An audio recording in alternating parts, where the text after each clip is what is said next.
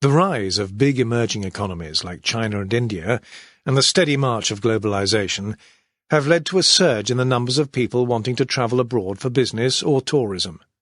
As a result, demand for visas is at unprecedented levels.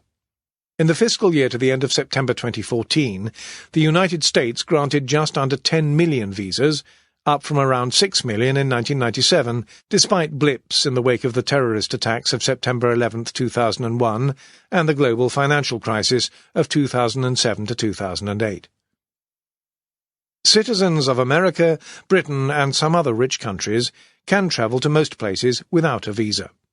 Chinese and Indian travellers are far more likely to have to apply for them, and citizens of a few benighted places, such as Iraq and Afghanistan, have to submit to the cost and bureaucracy, and often the humiliation, of the visa application process to get to most places.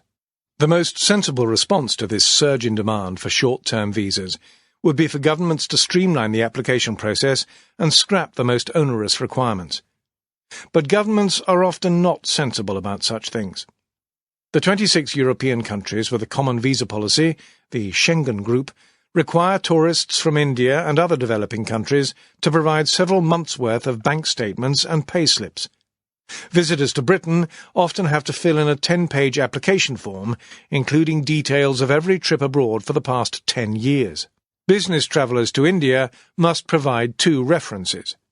Mexico has scrapped a rule requiring visa applicants, including women, to submit a description of their moustaches.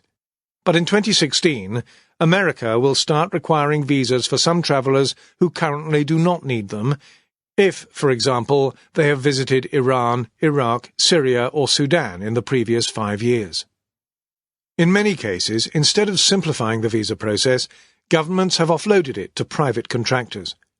Travellers may now have to pay a service fee to the company handling their application on top of the standard visa fee. The biggest firm in this growing business is VFS Global, which is part of Quony, a Swiss tourism company. Starting from a single premises in Mumbai in 2001, handling applications for American visas, VFS now has more than 1,900 visa centres in 124 countries, processing paperwork for 48 governments. Of the 113 million visa applications made worldwide in 2013, 1 in 3 went through a contractor, reckons VFS, which has about half the market. Its main rivals are CSC, with around 10% of the market, and TLS Contact, with around 7%. Dozens of smaller firms make up the remainder of the market. The private contractors collect and verify the applicant's paperwork, ensure that forms are filled in properly, take fingerprints and other biometric information, and collect the fees. The consular staff of the destination country simply decide whether to grant the visa and slap a sticker in the passport of successful applicants. For the contractors, it is a nice little earner. VFS probably enjoys operating margins of 20%, reckons Kathleen Gaillot, an analyst at Natixis, a French bank. The companies are given a free hand to pad their earnings with pricey premium services. In Mumbai, for example, VFS offers Indians applying for British visas a text on their mobile phones to notify them that their passports are ready for collection at 128 rupees, that's $2 a shot.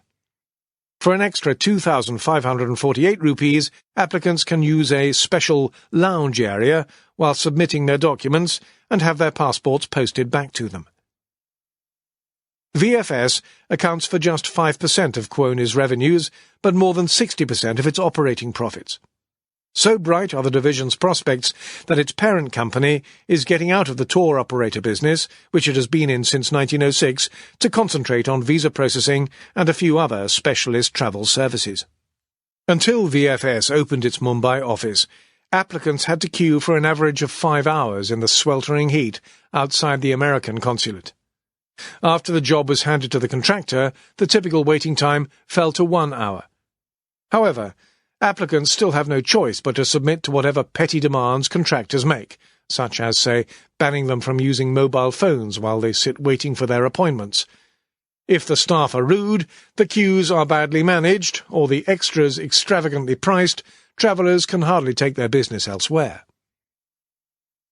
the application processing firms are profiting both from travellers' lack of choice and from governments' failure to consider the economic damage caused by their visa requirements.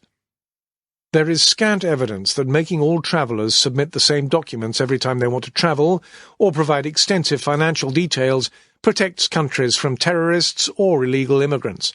In contrast, there is evidence of how liberal visa regimes bring in the bucks. A report in 2014 from the European Parliament, A Smarter Visa Policy for Economic Growth, estimated that over-strict visa rules probably cost the EU economy 250,000 jobs and €12.6 billion, that's $13.8 billion a year in lost output. It recommended requiring fewer documents from applicants, handing out longer visas, and simplifying the whole process. Since Britain is not part of the Schengen Group, Chinese people taking a tour of Europe have to apply for a second visa to cross the Channel. Only 6% of them do so, says Euromonitor, a research firm. The British Tourist Authority has complained that the country's visa policies cost it £2.8 billion, that's $4.1 billion a year, in lost revenue.